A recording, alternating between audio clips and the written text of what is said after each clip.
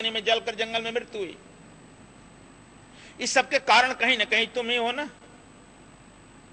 तू यदि इस महाभारत युद्ध का श्री गणेश नहीं किया रहता तो ये लोग राज भोगते रहते, मृत्यु तो नहीं होती। लेकिन मैं भी भयभीत हो गया हूं। तो क्या आपको भय क्या है? उनका तो पिंडदान करो, अभी पितृपक्ष चल रहा था अभी, और मेरा भी पिंडदान करो। क्योंकि हमारा भी तो शादी नहीं है, लोग लड़का नहीं है, हमारा पिंडदान कौन करेगा? किसी शिष्य पर विश्वास भी नहीं है, कोई करेगा कि नहीं करेगा। इसलिए तुम ही हमारे रहते पिंडदान कर दो। क्या ठीक है प्रभु, जो आप कहिएगा वही होगा। इतना नहीं कहे कि तुम अपनी भक्ति दो, अपने शरण में रख लो, मुझे भी दिव्य चक्षु प्रदान कर दो, यह नहीं कह सकते हैं। तपस्वी आदमी का अहंकार बढ़ जाता है। तपस्या से तू इस संसार में जो चाहे सो कर सकता है, यह भी बात सत्य है, लेकिन बुद्धत्व को उपलब्ध नहीं हो सकता है, परमात्मा को उपलब्ध नहीं हो सकता है। यदि परमात्मा तुम्हारे सामने भी रहे तो उसे तुम्हें कुछ ग्रहण नहीं कर सकते हो।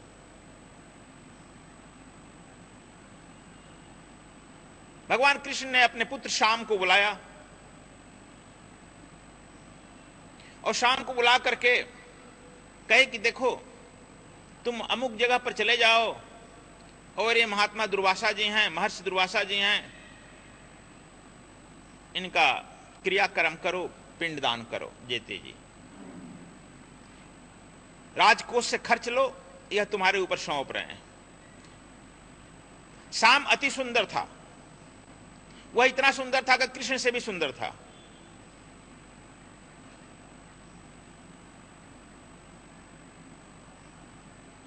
कुरूप आदमी सुंदर को देख करके बौखला भी जाता है। बौखला जाता है ना तुम लोग। दुर्वासा जी देखकर श्याम को बौखला गए। श्याम जो है उन्हें देखकर मुस्कुरा दिया। शांत चित्त आदमी तो हरदम मुस्कुराता ही रहता है, उसका क्या गलती है? मुस्कुरा दिया। राजकुमार था ही, देखा कि एक लंगोटी धारी केवल हड्डी है और कमर में एक लंगोटी है और एक हाथ में कमंडल है, लेकिन आंखों में बड़ी आक्रामक है।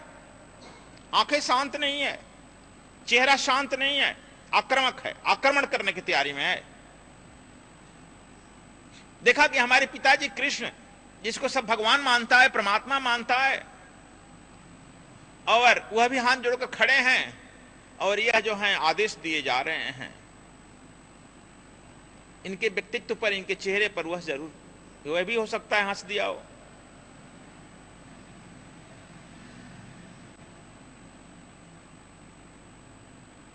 और इस तरह से अभी भी जदुवंश के लोग ज्यादा मसखरी करते हैं, जानता है कि नहीं? मसखरी, मजाक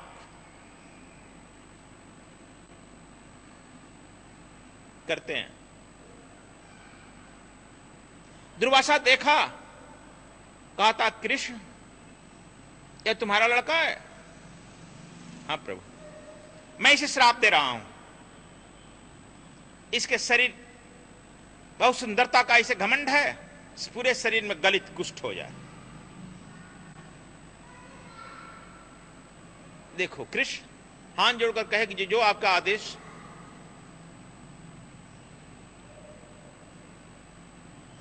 कृष्ण का इससे महिमा घट गया। चक्र सुदर्शन भी बगल में था, निकाल लिए रहते कि आपको श्राप देने के पहले मैं चक्र सुदर्शन से आपका पूजा कर देता हूं। ऐसा तो नहीं किए। देखो यही महानता है, यही महानता है। हाथ जोड़कर पुनः कृष्ण कहे जो आपकी आज्ञा प्रभु। कहा कि इसे बहुत अहंकार है, इसको दंड मिलना चाहिए। वही लड़का इनका काम क्रिया पिंडदान का सारा व्यवस्था भी किया। वह भी क्रोध में थप्पड़ चला सकता था, कुछ कर सकता था, कुछ नहीं किया। पूरा इनका पिंडदान का लाखों रुपया खर्च करके सब कराया कर्मकांड, पैसा भी नहीं दिए, सब कराया। अब तुम लोग मैं इस टॉपिक पर आ रहा हूं, तुम लोग कहते हो अभी की जो परंपरा चल गई है, कोई वैद्य है उसको गुरु मानने की परंपरा आ गई, अभी आ गई है ना। कोई कथावाचक है उसको भी गुरु मानने लगा है, कोई ज्योतिषी है उसको भी गुरु मानने लगा है, कोई तांत्रिक है उसको भी गुरु मानने लगा है, कोई कर्मकांडी है उसको भी गुरु मानने लगा है, कोई ज्योतिषी है उसको भी गुरु मानने लगा है। आजकल गुरुडम का व्यापार चल गया है। भगवान कृष्ण कुछ उपाय कर सकते थे उसके रोग निवारण के लिए, कुष्ठ रोग के लिए, कुछ कर नहीं पाए। भगवान कहते हो जिसकी पूजा और आराधना करते हो। उन्होंने अपने दूतों को भेजा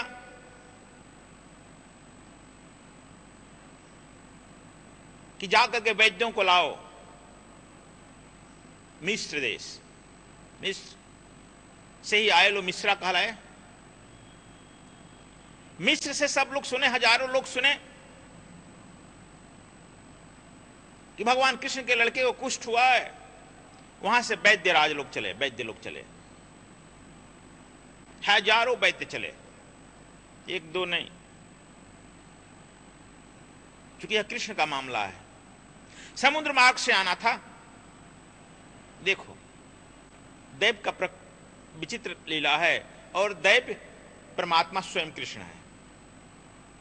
पूर्ण कला 64 कला अवतार है ना, पूर्णावतार कहते हो। वह कोई कुछ नहीं कहा ओम ह्राम ह्रीम फट, तुम लोग करते ओम ख्रीम श्रीम थ्रीम स्वाहा, कुछ नहीं कहा। द्वारिका में हाहाकार मचा है और वैद्य चल दिए। लेकिन समुद्र मार्ग से आना था, प्लेन तो नहीं था। समुद्र मार्ग से आने पर वे वैद्य, कुछ वैद्य रास्ता भूल गए, द्वारिका न आकर के कलकत्ता में उतर गए, बंगाल में उतर गए, बंगाल के खाड़ी में उतर गए। वहां से जब पालकी से भगवान कृष्ण भेजवाए थे, पालकी उल्की से आना था। जब आने लगे तो रास्ते में जरासंध की राजधानी पड़ती थी।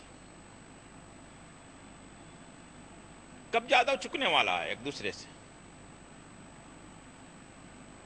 इस पृथ्वी पर सबका समाज बन गया है, संप्रदाय बन गया है। क्षत्रियों का समाज कहीं नहीं देखा होगा, यदि बना होगा तो 10 अपने में उठता कुत्ता है, कुत्ता है। भारत के लेवल पर नहीं देखा होगा। जरासंध भी क्षत्रिय, कृष्ण भी कब बर्दाश्त करेगा। अपने सीमा बॉर्डर पर जो ही राजगृह पहुंचा और कहा रोक दो पालकियों को, कौन है यह। वैद्य लोगों ने कहा कि हम लोग मिस्र से आ रहे हैं, भगवान कृष्ण के लड़के को शाम को कुष्ठ रोग हो गया है, बहुत दुखी है, उसे निवारण करने के लिए जा रहे हैं। बहुत अच्छा, जैसा वह है उसका फल मिलना चाहिए। बहुत अच्छा जैसा है वो उसका फल मिलना चाहिए। प्रत्येक आदमी इस सृष्टि में अपने को अच्छा निर्णय कर लेता है, दूसरे को खराब, है ना। जरासंध भी कह रहा है कि हम अच्छे हैं, उसको फल मिलना चाहिए।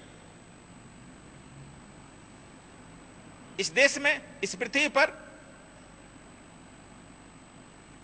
सत्य है, देर है अंधेर तो नहीं है ना। कृष्ण को दंड मिला उसके लड़के को, और वह सब लोगों को रोक दिया वहीं से, कहा कोई नहीं जाएगा यहां से। वे मग कहलाए, मग थे, मग। वैद्य लोगों को उस समय मग कहा गया, मग। मार्ग से होकर आ रहे थे, मग, मार्ग से होकर आ रहे थे, रास्ता मग। जब वे लोग रुक गए तो कहा कि हम लोग क्या करें प्रभु यहां। कहा कि तुम लोग अनुसंधान करो अपने वैद्य पर, क्या किया जानते हो।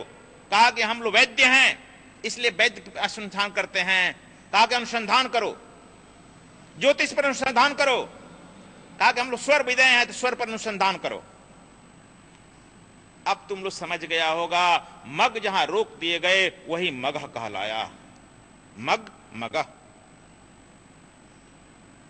जो कभी जरासंध की पाटलिपुत्र वहां की बिहार की राजधानी हुआ करती थी मगह। अब मगह से ही उसका नाम मगध पड़ा। अब समझ गया। इसलिए उपनिषद की रचना मगध में हुई। कालिदास मगध के थे, वाल्मीकि मगध के थे, वाल्मीकि रामायण की रचना वहां हुई है। और इसलिए वह भूभाग उपनिषद के लिए, स्वर विद्या के लिए, ज्योतिष के लिए और तंत्र मंत्र के लिए, साथ ही इस वैद्य के लिए प्रचुर भंडार हुआ वह क्षेत्र।